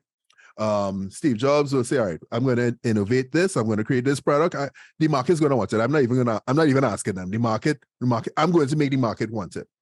You think about operational excellence as maybe you think about of those logistic companies or so, where they find their ways that they could produce products in a high quality, efficient, and low cost manner, and produce that mass market and customers adopt that. But then you get to customer intimacy, customer intimacy, where we speak to those relationship driven businesses, banking, finance, professional services, and those sort of things. Really understanding your customers and creating that value proposition within their minds, right? Because that's what you have to do, because you're trading intangible services, right? So I want to take it back into the fintech space that we spent some time talking about, because I see that financial services has the ability to sell to the entire population. Well, at least a significant part of the population, and then we could include the underbanked through fintech innovation or whatnot, and see how we could leverage that large market, that large demand, to create value for different companies, so different banks, or maybe even different fintech startups. It will be it the mobile wallets we have or whatnot, and then maybe you could even talk about the neobanks. But I want to focus more on the existing type of businesses where we could find where's the value within the financial services and fintech ecosystem within the Caribbean right now, and looking ahead, especially as we're looking to see, okay, where can investors from abroad find value here? Because as you guys alluded to earlier, it's a smaller market than the Africa, than US, than Europe or what have you. So where do we find that growth and value? And we knew both of you guys could jump in, right? And of course, I'll let Ocey go first. But Jason, if you have some things you think you can add there, which I think you do, feel free. So I'm in a conference earlier this year, fintech space. There's some stuff across Africa, looking to do some stuff here, right? One of the core things he had is an algorithm that qualifies a credit risk algorithm, right? But that's more on the banking side, right? That isn't mobile wallet, the other end of electronic fund transfer, right? So when a lot of people in layman terms don't really think, they think fintech is something cute, and that's why people say it's been around all the time. So ACH, bank transfers, all those things are grouped under fintech, right? electronic fund transfers and there's segments of it, and you're looking at how do you just move money, right? I think one of the problems, the biggest problem that the Caribbean have, which is a huge investment opportunity, and also one of the biggest opportunities, or is two things. There isn't anybody that has not even that credit risk algorithm. But I think I just recently saw Term Finance got some funding to develop one, so that probably will be the second one here. Actually, think they have one already. Just by yeah, I think they have one already, but their new bot Charlie is probably just gonna be a whole other enhanced version. But continue, yeah. So that would be one or two. Well, what somebody has to understand is because the size of markets here and fluctuation in currency, there has to be an algorithm. Somebody has to incorporate AI with currency fluctuation, right? There isn't one AI solution that pulls multiple currencies or draw from a central bank database that pulls currency. And if somebody goes to do an electronic fund transfer through a wallet, that it actually triggers that fund transfer in that currency in real time. As it stands, people benchmark here now. So if somebody has to do remittance, a wallet has to do remittance from TT to EC, they'll set a baseline. They know EC would not go past 2.75. So what they would do is they would always charge 350 because they know it's not going to go past 2.75. So they always charge 350, and that's anything north of that 0.75 to that 350 is what they margin as a balance, and they write off as profit or whatever comes in, right? So that's one, the currency aspect of it, right? And two, which is the next biggest opportunity here, but which is also the hardest one, is settlement. So we have processors. We have payment processors that sit on top of First Atlantic. Almost everybody in the granny sits on top of First Atlantic. Tillo Pay, WePay, Penny Cash, Penny Pinch. all of them. Penny Pinch, sorry. All of them, right? All the ones that come in through, right? And you have different forms of electronic fund transfer. The one that I'm here recently, that Paywise one, you have one that right, you have an internal system that moves a token that represents a price or a cost. So the token is moved from point A to point B, and then says, all right, this token carries a value of $100 TT. So Kevin, if Kevin comes to that, any of our establishments, he can withdraw $100. And we can settle it internally. And then there's direct fund transfer that's not involved in a token, that's involved through currencies, right? So the settlement aspect of it, there needs to be a layer where people sit and settle all those remittances here. One platform that says, all right, how do you want on top of it?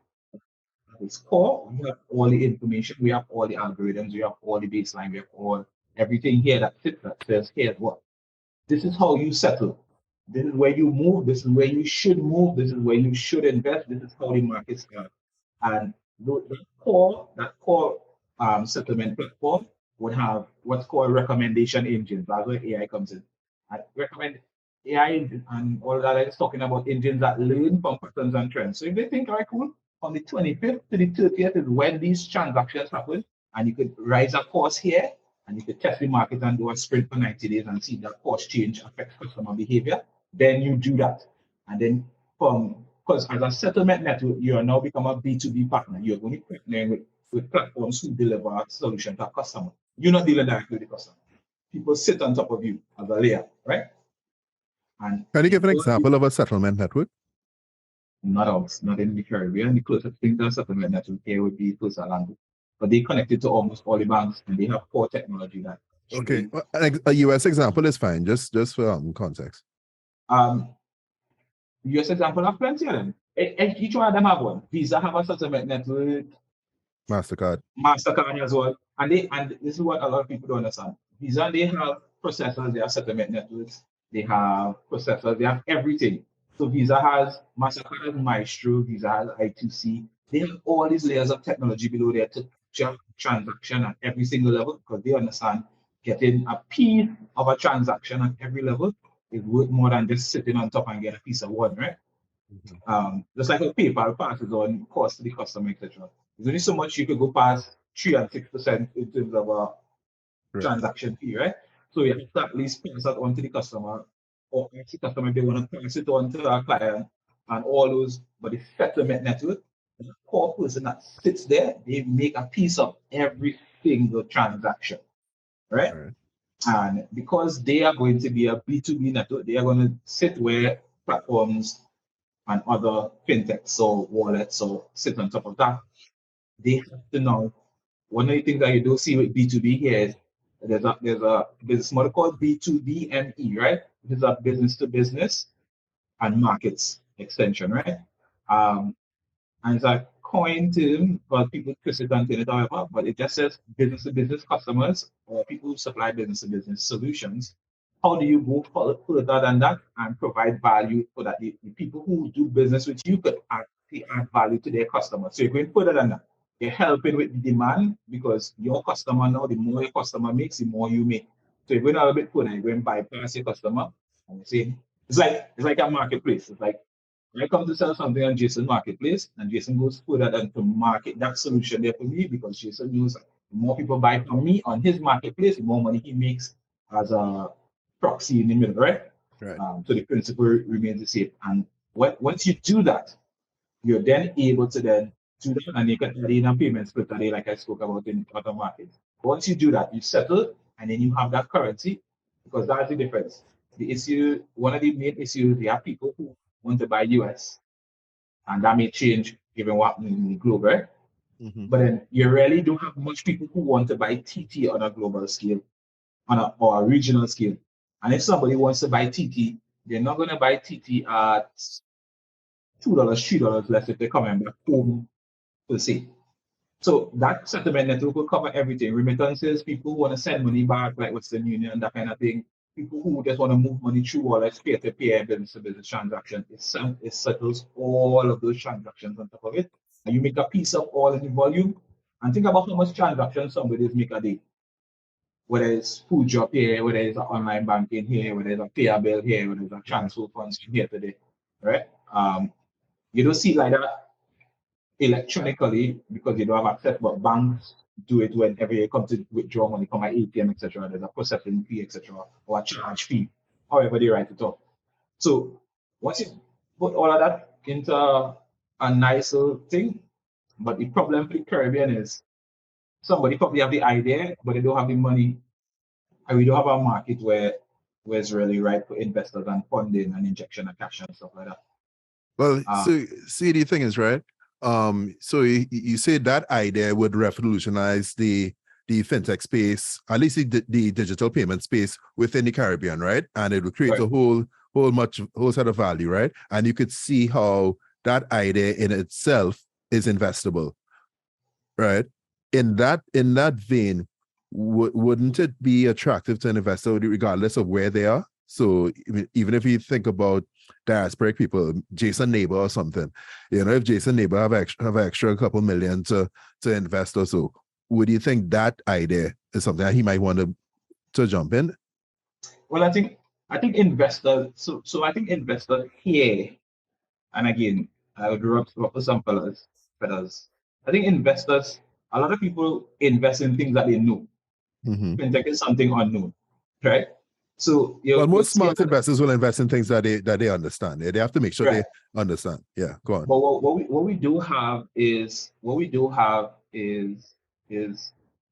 a central, or it's not. How do I put it, boy? You know this model of Republic.io?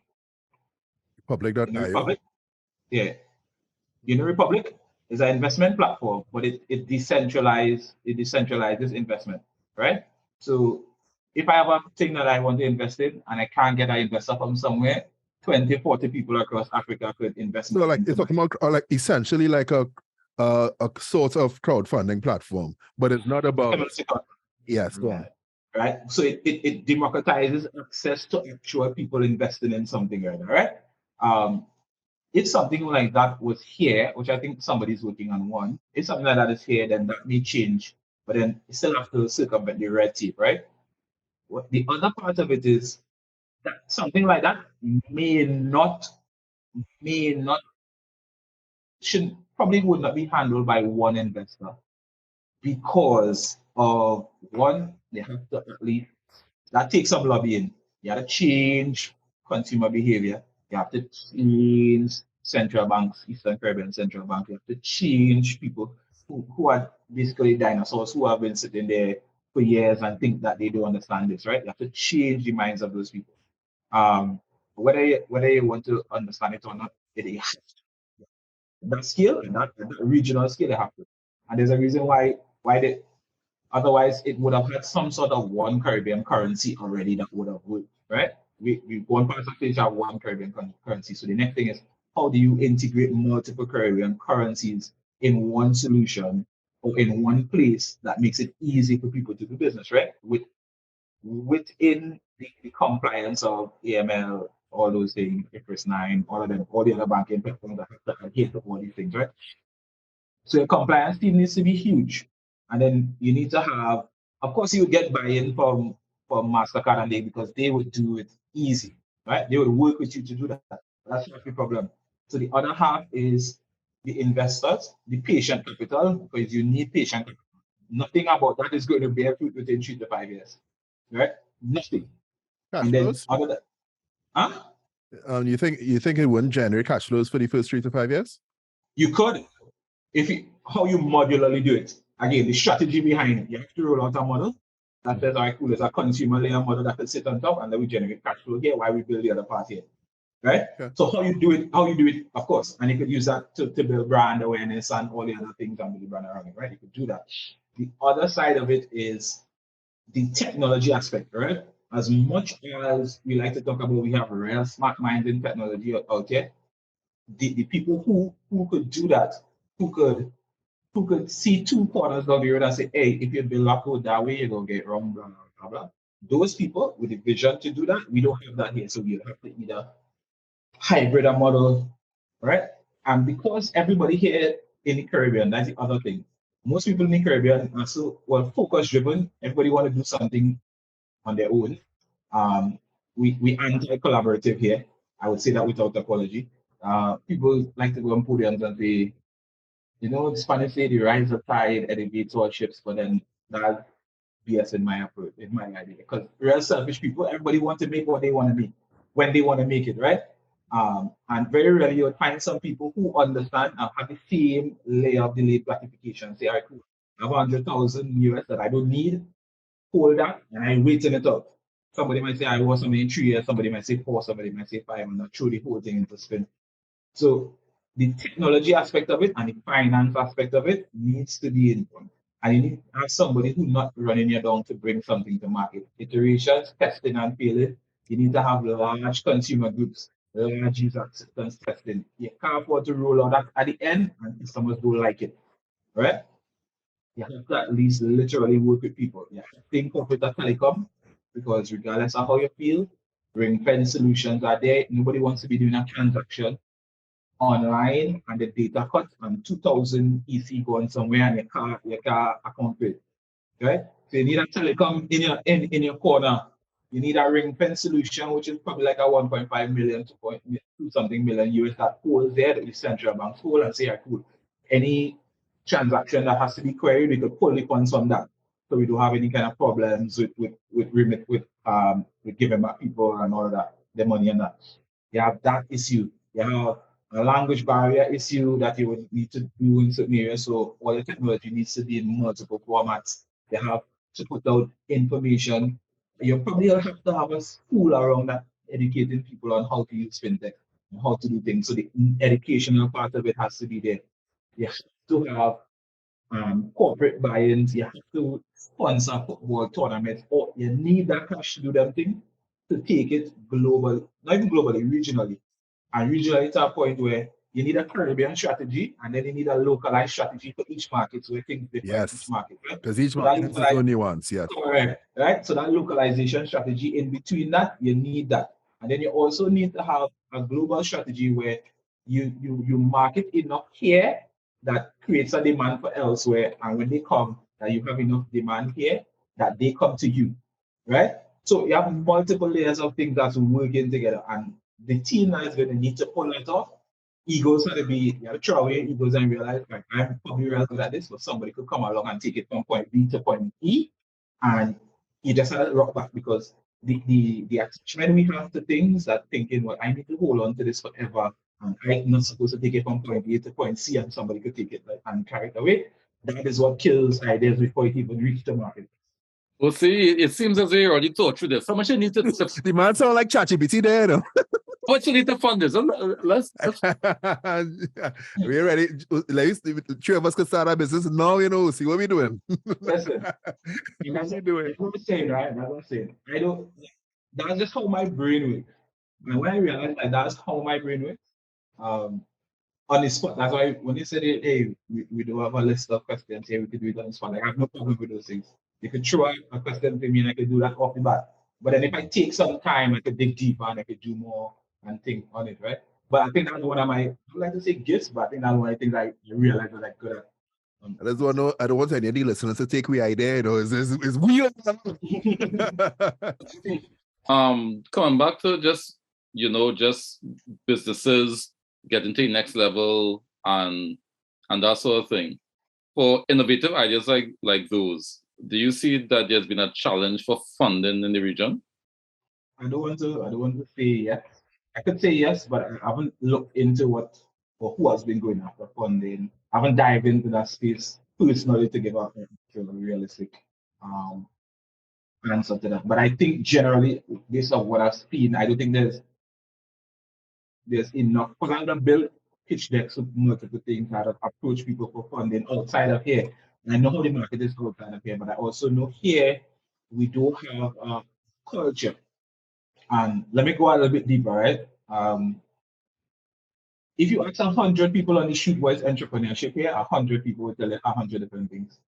If you ask people what is a startup here, and I've seen corporate entities in Trinidad fund things and they call it startups.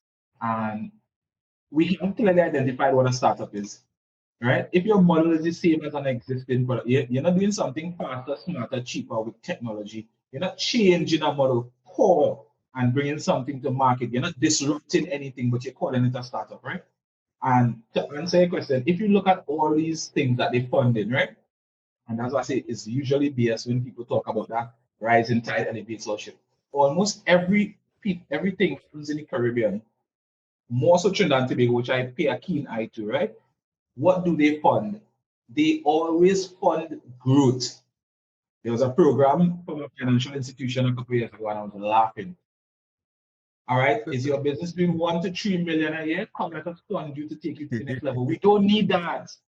We don't need. So we need the accelerator. We don't need it for the people in the medium. We need it for startups. We need it to the left. We need it in the left because let me tell you why, right?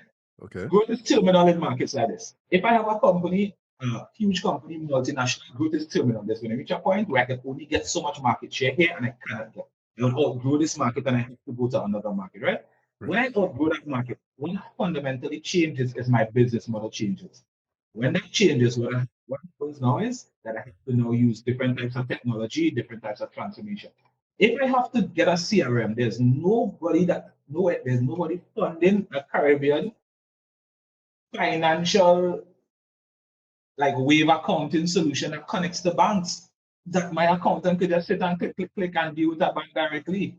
For the small people on the ground who uses Wave as a free invoicing software, but it doesn't connect to a bank or credit union, right? Mm-hmm. So when we sit, the people that does that, I have a company that grows in much about millions. So when I go on vacation or take my money out on vacation in the States, Spain, somewhere else, carry money outside. If I have to get a solution, I use Oracle, I use something else, I use all these other fancy things. So I'm using this, I'm using all kind of things. That is cash flow leaving here, going to an external body. None of those things are designed for Caribbean problems. So nobody's funding the amount of money that people spend to help companies grow. If they put half of that, the amount of money that people put on entrepreneurship, when they put it in entrepreneurship, will be fine. Because people here they have ideas. Somebody wants to build that same thing I just talked about, an invoicing software that connects to a bank. So I don't want to deal with going to a bank and at the end of the year, I don't want to get my thing signed off on and yeah. an accounting technician to stamp this or pass or my compliance so I could submit my things. I don't want that. I want one thing, one quick dashboard, blah, blah, blah. Somebody have access, blah, blah, blah, blah, they move. Right? Logistics, supply chain, all these things that needs to be incorporated. Why I, as a business, can't sit down and hire a solution that sits on my side, that sits on custom side, and could tell me what my things are to clear, the price point, break it down the price point. I could do an electronic signature and move something. Nobody's going to build that for us here because we have nobody to fund it, right? Nobody's going to pay because somebody has to pay for the sins of our failure. Because nobody going to roll out a business like that and end fail. But we don't have an entrepreneur with enough cash to ride that storm, fail once, fail twice, fail 9 times, and only 10 times succeed. We do have that infrastructure here. When all the big people saying, hey, what's going on? Let us fund the people who are already making 3 to 5 million. If they're making 3 to 5 million, probably are they good enough? Chances are they good. You got 3 to 5 million. 20 million, Ocey, and 50 million, 100 million. And that's what I'm saying. Those should not be the people that you are giving grants to. I'm saying, right, let me see. Not grants. I'm saying don't give them grants, but let's don't give them a loan grants. Well, like, Make them a minority. When they get to that stage, and people need patient capital funding here. All right, you get to X amount of users, you have 100 users, bring something to market.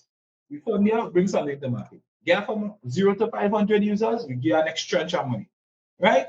But from 500 to 1,000, you do that. At that point in time, we bring in other people here now, and we provide that ecosystem that you could come and you could test your solution in an actual real life business here, or one of we people in a circle here or something.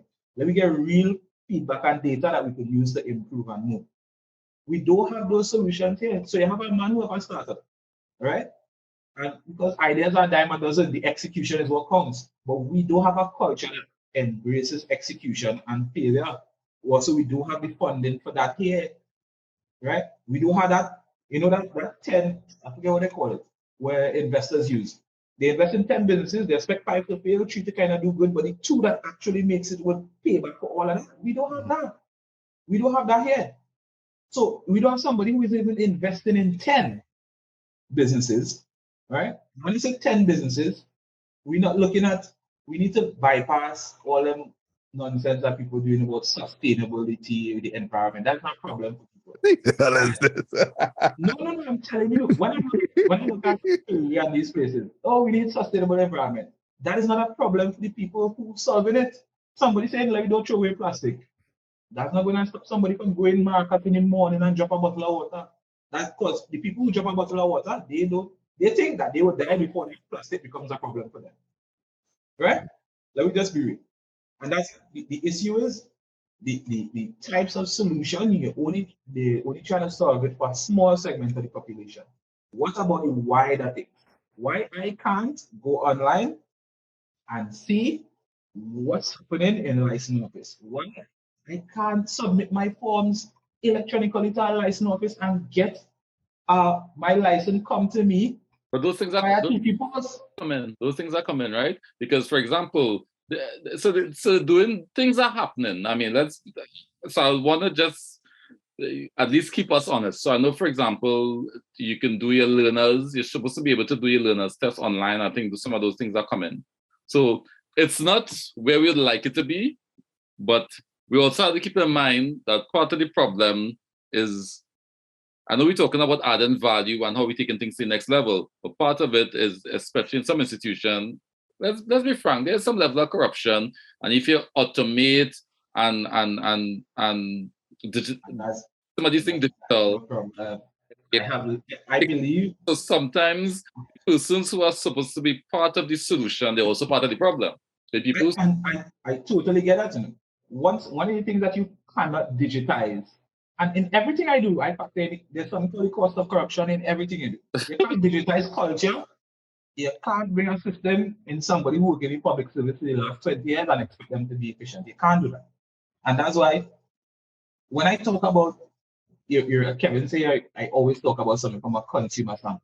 Even if I look at digital governments, as a digital government, they are still focusing the digital government conversation on the government. It's not that, it's the people. Why why is a government nation in 2022 and 2023, we have a government website that is down for 3 months? Why? But I was saying just now, how do we give your consumers, the end user, a 5-star experience, a 6-star experience? And that's what I'm saying. The people who are doing it, and my mother used to say this, right? We are square pegs in wrong and round holes now, right? So the square pegs in the wrong holes, but they're also in the round holes. Like, people need to understand and just be honest. Like, I would tell people, I don't know certain things. Like, what is the problem with that? It's okay to not know certain things and bring somebody who know it. But I think everybody chooses this point in time, and all the IT guys, not knocking them, who just good at server things and ICT things, getting into digital transformation and trying to be a Swiss Army knife in the place right now. And people need to know that you have to separate. Right now, whether you have government, we need technocrats in government, meaning that we need people who understand the technological things. And in businesses, you need to have a head of IT, you need to have a head of ICT, you need to have a head of digital, and you probably need to have a different person in terms of transformation and strategy. Different from your CTO. That's different because all those things have different channels. And when you understand that, then you understand how you could deliver value or additional value to our consumer. Because if you don't do that, then all those things will be tied up in the mix. I feel you're trying to share that the hub, but anyhow, I haven't even that to know. Those things are not even on my radar. But we'll see. Yeah, but we'll see. When I look at your website and its services, I see you're doing big data, you're doing enterprise mobility, you're doing the digital experience solution, you're doing business process management. You're doing artificial intelligence, next time. You're doing blockchain, you're doing BI and analytics, you're doing cloud, you're doing web design development, you're doing e-commerce development, next time. You're doing Internet of Things, you're doing virtual reality and AR and augmented reality solutions, you're doing software development, and you're doing mobile app development. Like 14 things. I don't know how big your office is. I assume it is you have a network of freelancers. I am not doing that. I personally am not doing those things. Like I say, I told the line where there's subject matter experts there. So under me, right? Under me, there's 2 core people, right? That's there full time, and that is head project manager / technologist, and masters in computer science and masters in project management and all that. And there's one other operational person that deals with those things, and then I sit here where I toe the line in terms of business. So, and that's because I get links with somebody comes to me to develop an application, and I develop it, but then it's not fit for what the other parts of the business and the other teams do, right? So I remove myself from that, right? And all those other things there are projects that we would have done somewhere in the world, done exclusively, done as a part of, done something. So I don't do all those things. You can ask me to do certain things in blockchain because I don't need to, right? And I know certain BI and analytics. I'm not data analyst. I'm not going to do that. You understand? I don't need to. So is it fair to assume that your focus is on the digital experience solution? No, I don't have. I have every single one of those 14 things. There's somebody to lead that. There's a subject matter expert in that space to lead that. And then I have a project manager, and then I have an operations person around, and then I will just throw in my 2 cents. Is the man to come and sell you your project, right? and make you want it? No. Why I use the word strategy a lot, and I use it probably from a different context, is because as a past analyst or as an analyst, I always have to bring together all the parts of it. You have a project manager on a project, you have a head of IT, you have people from sales here. Everybody sees differently, and everybody think that their problem is the most prominent problem that they have on the project. Everybody need a must have. I just know how to bring it together in stages and strategy and roll it out so that it's connected. And then I use the data to bring it together and tell you what to do. And that's why I don't use.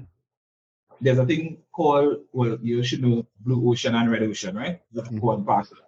So there's a thing called blue sea principles that I kind of use now, which is you're never fighting up for that space in the ocean. There's a blue sea principle that's how do you use this technology to create new customer value and create new products and create a new customer segment and deliver to that. So you don't even have a red ocean in that space.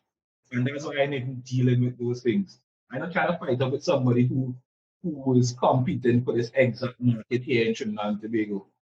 You want to create a digital product, you want to create a new product, or you want to get your product from here to here, and you want to scale and have a different type of product for somebody in Ghana and a different type of product for somebody in Jamaica. The kind of challenge, that's why I want. Gotcha. All right.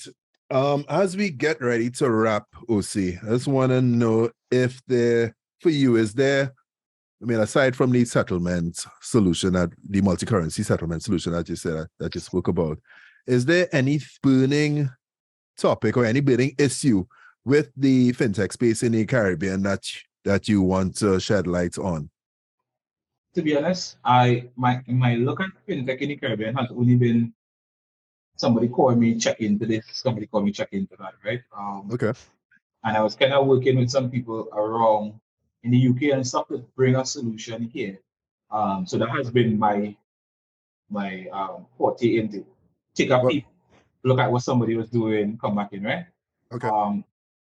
Burning issues when it comes to that, I think would be acceptability and price differences, because most of the options people have are built on First Atlantic, which is like a really costly for the average person, depending on where you're looking at it, right? If you're a company like a Cord or somebody who has that, who could finance that, and you almost guarantee that certain amount of transactions coming through to make sense, then you could go with First Atlantic as a first effective. The small man on the street to do other money, then you look at WePay, etc. If you're a luxury like Jason, you could go outside and be a bit. No, I use POS. You see, or you see PYs and all those things, right? I just think it. My only thing is we need more options for people here. Once you have more options, it democratizes access to certain things and it keeps the businesses running honest. Where one person do get comfortable, right? Like in business, there's this kind of we call it the Moses complex where like you go through and you push the market and you do certain things and everybody after you just sit down and relax because you just spread your hand and nobody could reach you. I think competition breeds innovation and it makes now somebody has to do something innovative to gain market share. And when they gain market share, the business wins, but also the customer wins because the customer get a better solution or a better product. And I think that is what we're missing here. So I think that would be the only challenge, somebody to fund these people and get them up. And the more solutions we get, the better. All right, so funding and solutions. Okay. I think part of that too, Ocey, is if we could, well, obviously there's pros and cons to this. If more the international players become more accessible, but they are cons to that because, as you rightly said, now you have, you're paying fees and, you're sending money outside of the region, which you really don't want. You really want to have our Caribbean strike and our and that sort of thing. I know we wrap it up, so I have one question though. Is Ocey, how do you use those 10 laptops on your desk? Like how I know you have 4 laptops. so 4 laptops. four. 4 laptops and 3 screens, 3 second screens. Oh, so 7. I wasn't too well done. I guess I was counting screens. So I have 1 laptop on a screen, 1 laptop on a screen, laptop by itself. So each laptop is continent. So one for Asia, one. No. So I recently had to upgrade it because some of the solutions that I run in my laptop was coming outdated. So I just had to get a one is standalone for a project, so I don't really count that. I got that from a client to just do some work on a project that one is standalone. The other 3 are actually mine, and that's what I used to work the other projects. So remember, I have other projects. People come with ad hoc things, review this, review that, and I'm always testing different like technology. Like right now, why I have to get the other one is since ChatGPT come out and every week there's somebody coming out with a different AI solution built on ChatGPT. Most of what I have to do is just research to stay on top of the market. So I would have to go through a solution, test it, try it out. and all those things take RAM and bandwidth, etc. So this device was starting to crash because I was doing too much on it. And then I have to do proactive things to then learn and do things. So I have to spread it out. Okay, gotcha. So Kevin, you need to step your laptop. Hey, right now my laptop game weak. Right now I was battling with this Surface Pro that I had since 2019, 2020. And yeah, and I just humble with that. I have a little screen here. When I travel, I have a little portable screen, but that's me, you know. I don't have. You don't do as much. It's been a full-time thing. Most of the things is full-time things. Every day somebody has a problem. And like I say, I doing things with two banks. They just ask questions. Sometimes they just come. The head of transformation want this, or the head of CEO wants to see this. And like I Need a next laptop. All right, no I need things. So I need with core banking systems, changing a banking system, recommending a solution. Like as be real in software, I'm still trying to manage my life also. All right, good. All right, any final thoughts, anybody, before we wrap? No, I mean, this is a very interesting conversation, you know. I mean, I feel as though this conversation, we only scratched the surface, so I feel like there was so many other things that we could have done a deep dive on. So no, I think I could see that we might be speaking to Ocey again sometime in the future. Oh, for sure. It's evolving, so there'll be so many new things a year from now that we might need to have a discussion on. Yeah, definitely. Podcast world, there you have it.